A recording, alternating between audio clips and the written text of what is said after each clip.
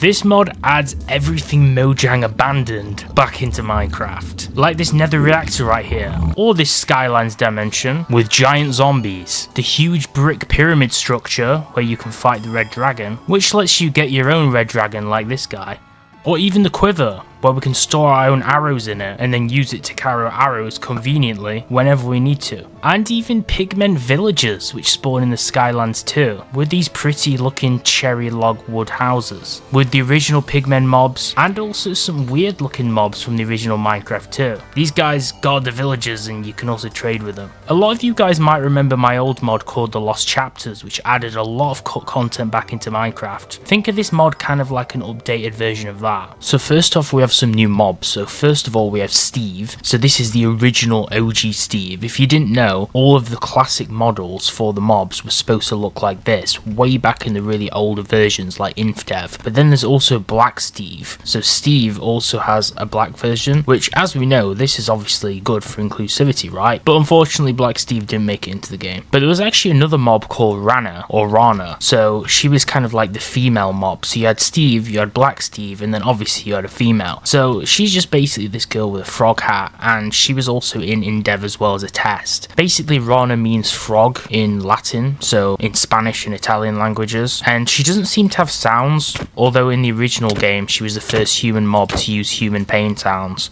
but you just have the hit sound when you attack her. But if you attack Black Steve, he has the human damage sound we all love. What about normal Steve? Okay, that's satisfying. Do note that, for an example, Black Steve didn't have any animations in the original version, and he just spawned randomly in the world at any light level as long as there was enough space in there. And originally Black Steve just glided aimlessly around the world, but luckily the mod creators have actually added animations. Now, the original concept for villagers was actually the Pigmen. So this is a Pigman. If we right click, he doesn't do anything, but more on that later. Basically, these guys are supposed to be the original villagers in the game, and these guys are absolutely obsessed with this new ore, which is called Ruby, which was also a planned version of the ore as well, and they've gone ahead and added Deep Slate Ruby as a variant. And if you craft the rubies, you can make a block of ruby. So in survival mode, if we mine it with a pickaxe, it drops the actual ruby gems, and we get an achievement, red like a rose, obtain a ruby. Now, I can't do anything with this guy, so I'll show you more on that later, but rubies are actually traded as a currency for these pigmen for valuable items, and we can actually find the blocks of ruby in the Skylands, but to get to the Skylands, we actually need rubies, so where on earth do we find rubies in the overworld? So a good place to start would actually be in a jungle biome. It doesn't look like I'm in a jungle, but if we just submerge to the surface, you'll recognize we're in a bit more of a familiar place. Now, if you want to find rubies, the best two places to look in the overworld is actually the jungle biome itself, where they'll still be rather rare, and also another great spot is the savannah. Now, if you're wondering how to find these basically spawn at higher altitudes in small clusters, but if you want to get them in larger quantities, you can just go to the Skylands and find them. So then that leads us on to the next thing, which is how on earth do we get to the Skylands? Because we can see the clouds up here, but how do we go above the clouds per se and reach the heavens? Well, we need an item called the Ruby Eye. Now, to craft the Ruby Eye, you just need an ender pearl from an enderman and just one ruby. So pretty simple, right? So let's just spawn some endermen and see if we can drop a pearl. Okay, finally I've got an ender pearl. What we would do is we just combine the ender pearl with one of these rubies here, and then now we can create the ruby eye. What do we use the ruby eye for? So if you're aware of how to find a stronghold in the vanilla game, basically the ruby eye is basically used to find a structure called the trail ruins. Now, you'll know that you've found the structure if you get an achievement first of all called ancient investigation. Follow a ruby eye to the trail ruins to rediscover the Skylands portal within, and you'll also see some various blocks on top which look kind of mysterious. So you want to just go ahead and mine these, and then we're going to find our way down into the entrance down below. So just mine these blocks. You might find some pretty interesting blocks in here too, like terracotta, and you just want to kind of get far enough down until we can make our way into the actual structure itself. As you know, if you've gone into a stronghold, it can kind of take a little bit of time. And I just want to show in creative mode that when you actually find one of these structures, they can actually be mostly buried underground, so you have to be careful not to destroy some of the right blocks, otherwise you're not going to get anywhere. You can see I'm trying to excavate this this out, you could have easily mined some of these bricks, because as you can see, it's not just open. All these gravel blocks and dirt blocks will spawn within it, so you're gonna have to kind of excavate it out like an architect. Also, if you get the achievement and you have problems with the portal itself, you can also just do set block at the block you're facing at, select the coordinates, and then just type in portal, and then you can just do Skyland portal. It says could not set this block, so I've just done that, and then you can just walk through and enter the portal. And now we're in the Skylands. We need to go higher, enter the Skylands portal. So this is the forgotten Skylands Dimension, and as you can see, it mostly has beta style terrain in it. And you may wonder what that mob over there is. If you're not an OG player, then you won't know. If you are, then you'll know, but we'll take a look at that soon. What is on the mind of most of you right now is what's in this dimension, and also what happens if you crawl to the edge and then accidentally, slip off and we fall into the abyss.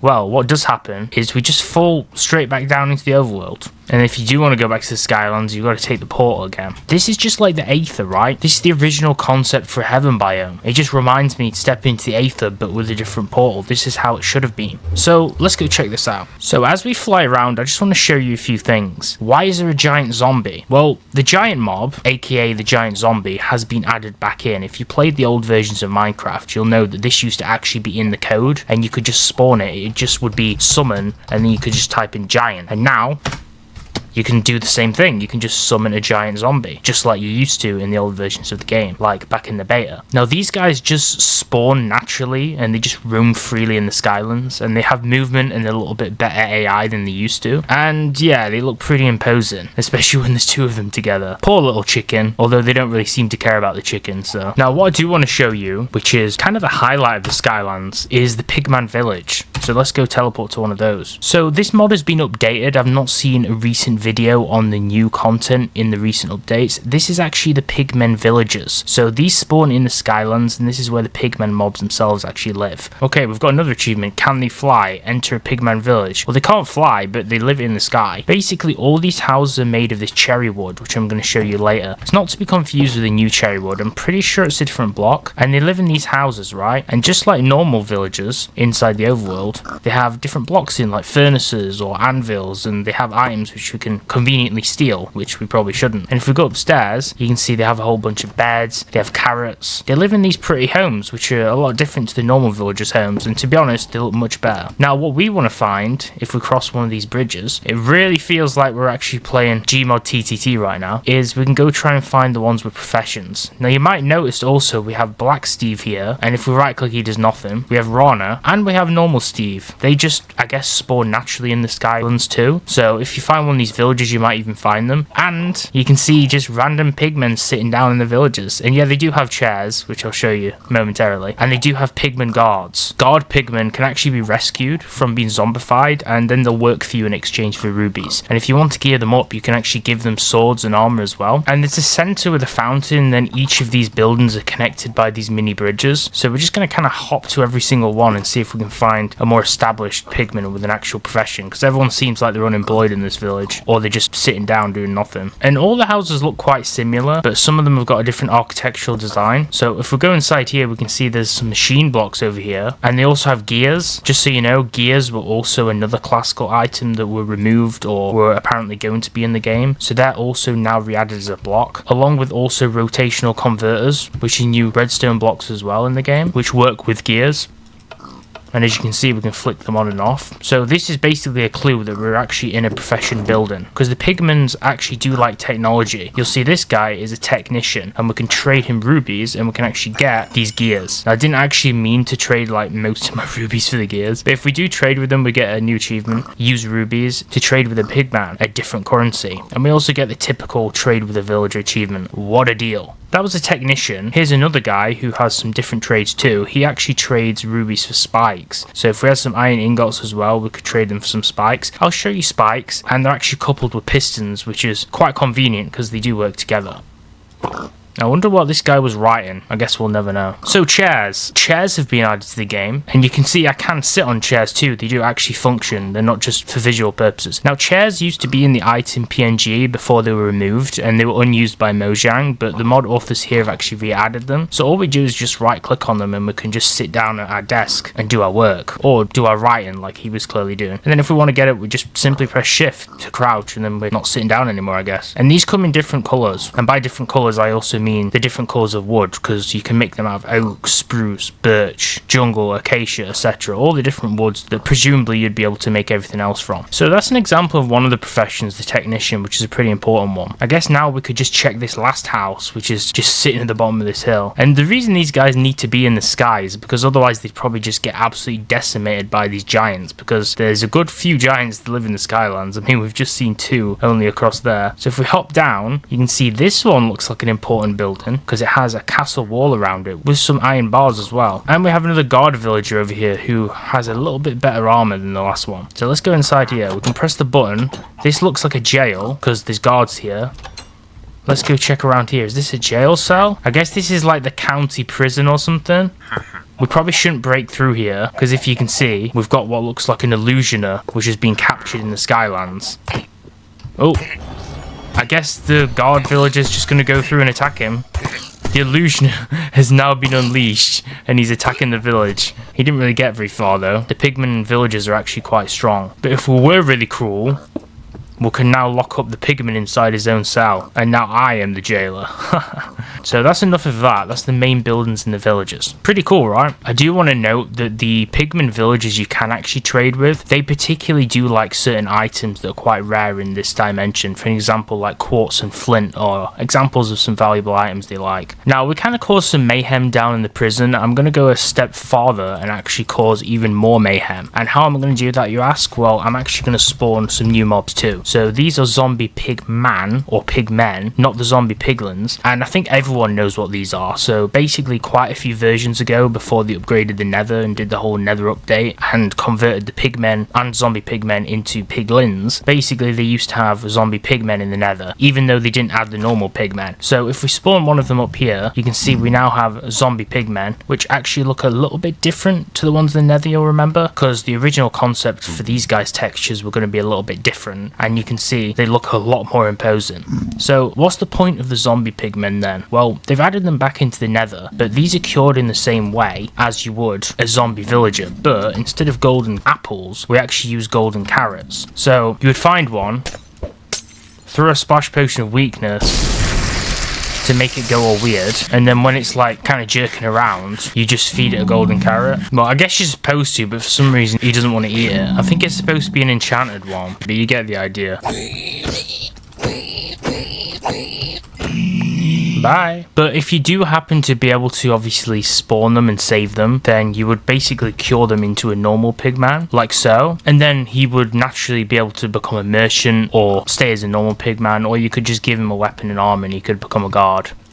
Oh, we spawned a little baby one. When we right click on them, we can also spawn kids. If we spawn them on the ground, we spawn a normal pigman. If we spawn an egg on top of an existing one, it'll give them a kid too. So we have these like mini ones with big heads, just like normal Minecraft mobs, which look pretty cute. They kind of remind me of those micro pigs you can get as pets in real life. So now what I want to do is show you a few of the biomes. The Skylands has quite a few biomes, so what we can do is we can use the locate command to find some of the biomes. So the first one is the cold Skylands. This is basically snowy blocks. So cold Skylands is just these really small segments of land, and then they just have snow-capped grass on them, which may spawn in bigger chunks, but this one we've located has spawned in a really small chunk. Then we also have rainforest, this really beautiful lush green biome over here, and this is just rainforest in the Skylands, which actually looks really beautiful, especially with the contrast to the cherry blossom trees around it, or I guess the standard cherry trees. And instead of spawning lily pads, they spawn these small drip leaves, so they have their own blocks around here, which look quite nice as well. Then you have the normal Skylands biome. This is of course the default biome, so you have all the cherry trees around here, and just the standard beta Minecraft coloured grass as well. So unlike the rainforest, which has the very vibrant green grass, just like is in Minecraft Alpha, the standard biome just has the cherry trees and standard beta coloured grass, which is a little bit more darker. And you might notice there's some blocks which spawn around here too, like calcite, which kind of looks like marble. And then the last one is just wooded Skylands. So wooded Skylands Skylands is just basically a modified sub-variant of the normal Skylands biome, but it's just absolutely littered with a forest of different tree types. So we have tons of these cherry trees, and then we also have standard oak trees, which are together in a bundle. And on the ground, you'll notice some pink petals as well, along with peonies and various different flowers, which make it a little bit more pleasant on the eyes. Now, another removed feature which they've re-added is studded armor. So this is kind of like a chainmail variant of armor. Now, if you want to spawn this, it's actually rather simple. So we'll just get ourselves a crafting bench, and you want to get a leather piece of armor, for an example, and then you also want to get a chainmail piece of armor, and we can actually combine them. But we can combine a chainmail armor with a leather cap, and then that'll create a studded armor. So we could of course do this if we want to spawn the other pieces as well. Just craft them with the leather version and combine them with the chainmail, and then we can create ourselves a full set.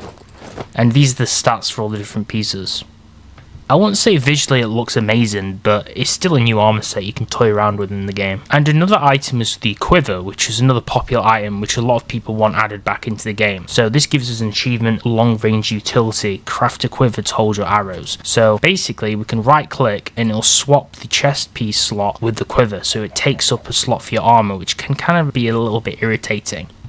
Now, all we do is just shift right click with the quiver to access its inventory. So if we were to spawn ourselves some arrows, for an example, we could just shift right click and then add in the arrows, and now our quiver will show when we hover over it the items inside its inventory. So if we just swap our other quiver with this, then now we have arrows inside it too. There's also a way to combine the chest plate with the quiver to make a combined item as well. I'm not sure if they've removed that in the recent updates, but that allows you to have just one chest slot, armor, and a quiver in one piece. So now if we spawn a bow and we go into survival mode, you can see it uses the arrows from our quiver. You might also remember, I think it was before the Aqua update or maybe before 1.13, they actually added some new fish to the game. They added things like tropical fish, they added salmon, pufferfish, all these different fish types to replace standard fish. Well, now they've actually re-added the normal fish, which was replaced by cod and salmon, and now we can just spawn the standard fish, which I don't really remember them being actual mobs before. I think they were just fishable, but it's really satisfying to hear that floppy wet fish sound of them just bouncing on the ground for air, even if it is pretty cruel. And then when they die, they just drop a normal raw fish which we can eat. As for the cherry wood which spawns, we can just cut it with a standard axe, and then it will just drop standard cherry logs. The trees spawn with an absolutely gigantic size, so it's quite hard to actually cut down a whole tree. So if you are playing modern Minecraft, I'd really recommend to use a tree capitator mod, or a mod where you can cut the whole tree down by the bottom block. But of course, like normal wood, we just craft it into planks in a crafting bench, and then we can combine that to craft like the subtypes of things like buttons and also sticks, for an example, or a crafting bench. Now, out of cherry, we can create a lot of pretty looking things, of course, like doors, fences and fence gates, signs and hanging signs, and even the new cherry boats, as well as the chairs, and also, I forgot to mention, they've added tables too. So there's a lot of new design choices you can do if you're into building an interior design with all the new cherry blocks they've added. Now, they've also re-added some other blocks which were planned to be in the game. Now, these are spikes. So, of course, we can just place them down on the ground just to damage things, or place them on front-facing things. So I'm just going to place, like, a perimeter around this giant, because we don't like giants. They're not small, and they're probably just going to destroy our nice little Pigman village we found. So we're going to surround this giant with spikes, and then we can just punch the giant, and hopefully he'll walk into our spikes like so. Although he's got so much health, he can just walk outside of the radius and now there's no problem. Except, maybe we can hit him off the Skylands. Maybe that'd take too much effort. Regardless, spikes are interesting because not only can we use them to damage mobs like this, we could also place down a piston, for an example. So I'm going to place a sticky piston down, and we can actually put spikes on the sticky pistons or standard pistons. And then we could just use levers, like so, and then push them out as well, and we could damage things in that way also. So if I just make like a little prison, and maybe we'll just put glass here, let's just spawn a cow spawn egg in here, for an example, and then if I just push these spikes out, we can just use them to, I guess, just kill the cow in quite an inhumane way. Sorry about that. You might also notice there's some new wall colors which have been re-added as their own individual blocks. For an example, like bright green wool. A lot of these walls were either in the game before or meant to be added, and they've been re-added back in this mod. So if you're interested in building really colourful things or making flags, for an example, then you now have a lot of new choices with what you can actually make, because we have so many different new shades of walls which look really cool. So you might be aware of Crying Obsidian obsidian in some of the newer versions of Minecraft, particularly post Nether update? Well, there's actually an ancient crying obsidian. So how do we make that? Well, ancient crying obsidian is just made with obsidian and lapis lazuli. If you're wondering what we're all wondering, can you make a Nether portal with this? Well, the answer I'm pretty sure is no, but I guess we can experiment, right? So we could build a Nether portal frame out of this, and it looks nothing like normal obsidian. I'm sure you'll be aware. And if we light it, nothing happens. So just like crying obsidian, we cannot make portals out of this. Now this is one for all you music lovers out there. If we place down a jukebox, we now have what's called the lost music disc. So this music disc plays a song called Notch Magnetic Circuit. This is an old music disc. Either Notch made this or it was named after him. Apparently he made the song, although I cannot confirm or deny. What we do know is it never made it into the game. So if we place it down and play it, you can just listen to it for your own pleasure.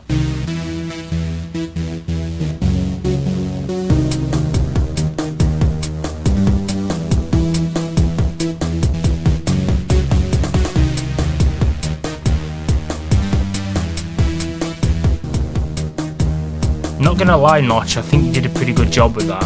Free my boy Notch and add this to the game immediately. Anyway, enough of that. There's also another new block called the Scarecrow block. So this is crafted with hay bales, a carved pumpkin and some sticks, and this has quite an interesting little effect. Now these appear just like armor stands, but a little bit more decorated. Now they do a very interesting thing though, because if we spawn a few zombies down here, you'll see that certain mobs like zombies are actually aggro to the Scarecrow.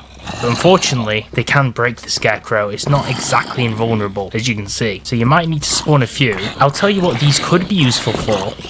These could be useful for mob farms, particularly to put around your base. Now you can see these zombies are also burning now. That's because it's obviously daytime. But I want to do an interesting experiment. What I want to do is I want to spawn a Scarecrow, and then I want to put some spikes around that Scarecrow.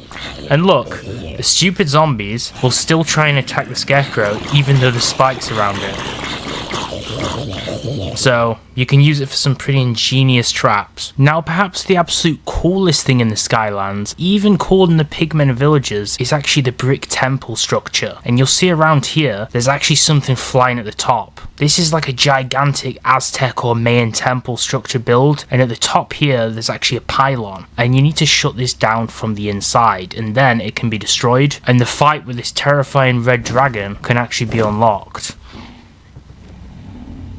These structures are absolutely massive, and if we walk from the bottom all the way up the steps, as you can see some of the steps are broken, so if we skip all those broken steps and make our way all the way to the peak of this, we can actually see the pylon itself, and the pylon is being protected by this huge orb of pure energy. But if we actually go to the left of these stairs, you actually will find some openings in the pyramid structure itself, and if we walk in we can see there's actually rooms inside here. So this particular room just has a pool surrounded by candles, and if you've got a keen eye you might be able to see underneath this water there's actually some rubies. So not only will you find rubies in the Skylands itself, you'll actually also find them in the brick temple structure, and then we can just mine down for an example until we just reach a room. And then we'll just drop directly into that room. So now you can see we have these crystals just like in the end dragon fight, and we can just smash those. And then inside we have things like the new glowing obsidian blocks, copper ingots, and just useful loot you might want to take. Also, I forgot to mention earlier, you can craft those new gears. You just need some nether quartz and some iron pieces as well. So the idea here is just to try and explore this temple, destroy all the crystals, and then we can unlock the dragon fight. So if we go into all the rooms, each room is basically like a dungeon where we have mob spawners, we have tons of loot in here, like all these zombies. We also have these pots as well, which when we break them, they'll also drop more loot, and smithing templates for things like draconic armor. There's also ladders which we can take to the various floors as well. This floor is absolutely pitch black and it's just full of logs. You won't find the crystals, of course, in every room. Sometimes there might be like one on each floor, but you will still find tons of loot. You can also find the dragon armor in here too, which can be useful later. Dragon armor, I believe you have to find it. I don't know if you can actually craft it, but this is useful for later, which I'll explain. If we look underneath with spectator mode, you can actually see some of the locations of the crystals inside the structure, which might be random randomized. Oh, we have skeletons, my absolute worst. I don't know if these structures are procedurally generated. I think they might just be the same, although I'm not entirely sure. Maybe the mod creator, when he replies to this video, will be able to tell me that. If I just let all these skeletons fight each other and skip some of this loot, then we can find that we also have another crystal that we can destroy. Our goal is just to locate and destroy all those crystals so that we can actually fight the dragon. So it may take a lot of work because this is obviously going to be like a labyrinth. And also I do want to mention something a little bit more interesting down here. You can see we have this obsidian earlier which we looted, which we can barely actually destroy even with a netherite pick. But if we go round, then we can mine it and then we can get a ruby block and then turn that into more rubies. So there is actually some really good loot like this if you're careful. And a nice little room here where we can destroy another one of those things. And another one. Now you can see the dragon will actually still fire these orbs at you even when it's in stasis in midair. So you want to dodge those, otherwise they're going to damage you. But if you do have a good armor set, they won't really do anything. Now that we've destroyed all these orbs, obviously we didn't exactly do it legit, but for proof of concept in this mod showcase, I just wanted to do it to show you. Now that all the orbs have been destroyed, the first main orb on the pylon at the top is now exposed. There's no protective bubble. So we can go ahead and we can actually just damage this. As you can see, now it takes damage, and now that we've destroyed it, the red dragon is very, very angry, as you can see. So now the red dragon is going to start nuking us with these electricity balls, and it's going to unload everything on us. So it's going to release all these storm clouds and electrocute us with lightning. So make sure you have a good armor set for this fight. Obviously I've got netherite, I've got some golden apples. You want to make sure you have potions, you want to make sure you have a bow. And in the meantime, you can also just mine more ruby at the top of the pyramid as well, because there is ruby blocks here, so if you're looking for rubies, there's another method. Now, what I'd like to do is I'm just going to type in a kill command, and I'm just going to kill the red dragon. I don't actually know where I killed it, so I don't know where the loot's going to particularly drop, but I just want to get him out of the way, because I'm not going to do the fight in this video, because I don't think I'm good enough to do the fight. Now, when you do defeat this boss, on the dragon altar block itself, which you can see here, we will actually get a dragon egg spawn. So just like the normal dragon egg, this is the red dragon egg, and if you defeat the boss legit without using commands, the dragon egg will actually spawn here after defeating it. Now to fertilize it, you would just want to use dragon's breath.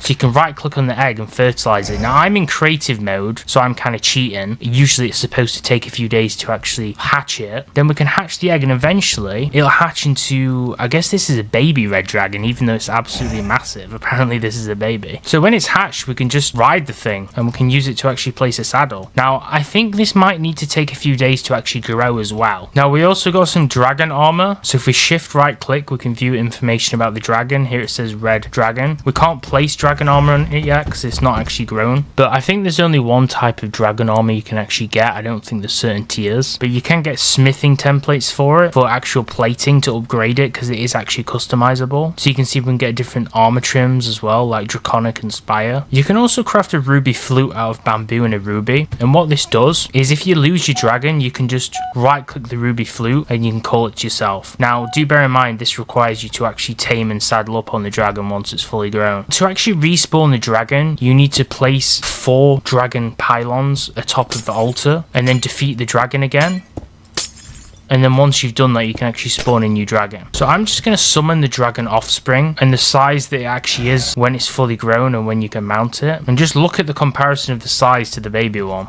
When the dragon is fully grown though and you do actually fly it, you can actually get 2 players to actually fly on the back of it. So it can actually carry 2 people at once on the mount. But when you do fly, you can actually fly these dragons from the Skylands back to the overworld and back and forth. But if you fly it too long, it can get exhausted and then it can be dangerous, and I'm pretty sure it can fling you off mid-fly. Another armor set I didn't cover as well is plate armor. So this is a new armor set you may have seen some of the zombies wearing, maybe some of the skeletons and even some of the pigmen villagers. Plate is actually a new armor set which is actually in the mod itself. So you can see you can even upgrade it by putting certain armor trims on it, and this is what it looks like when it's worn. If you're lucky enough to get a nether star, you can actually craft a nether reactor core and you'll get this achievement called reactive. So what's the crafting recipe for this? Well, the nether reactor core is a nether star with 2 diamonds and 6 iron ingots. And basically once you craft this, you can create the nether reactor core, which looks like this. The nether reactor core is basically a multi-block structure which you need to build, and this this applies an effect across a large radius, so this causes mobs to actually react as they do if they're in the nether. So for an example, piglins and hoglins can roam safe in the overworld or in the Skylands, wherever you place it, etc. And pigmen will also zombify if you don't splash them with what's called a golden aura potion. This is basically a potion which prevents zombification. So if you put down the nether reactor and actually activate it, you need to make sure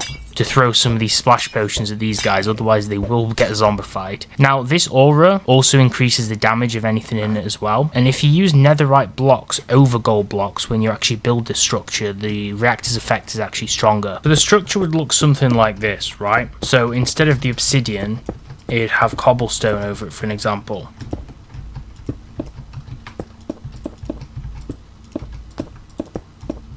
So it looks something like this when we actually build it.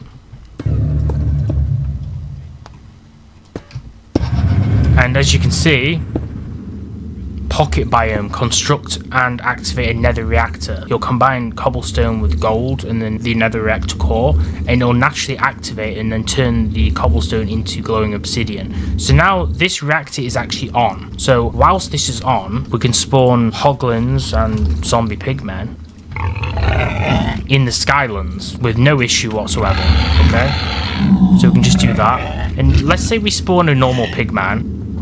He's obviously going to run away. He's not going to enjoy being near these zombie pigmen, right? Now, if this guy doesn't want to get infected, he's going to have to get hit with this splash potion. But we can spawn hoglins and all these nether mobs now, because the nether reactor is basically giving them the power to actually be in the dimension. So if you like this video on the Rediscovered mod, make sure to smash the like button and subscribe. Drop any comments below if there's anything I forgot to cover in this video, or if there's any other mods you want me to cover, and check out these two videos next.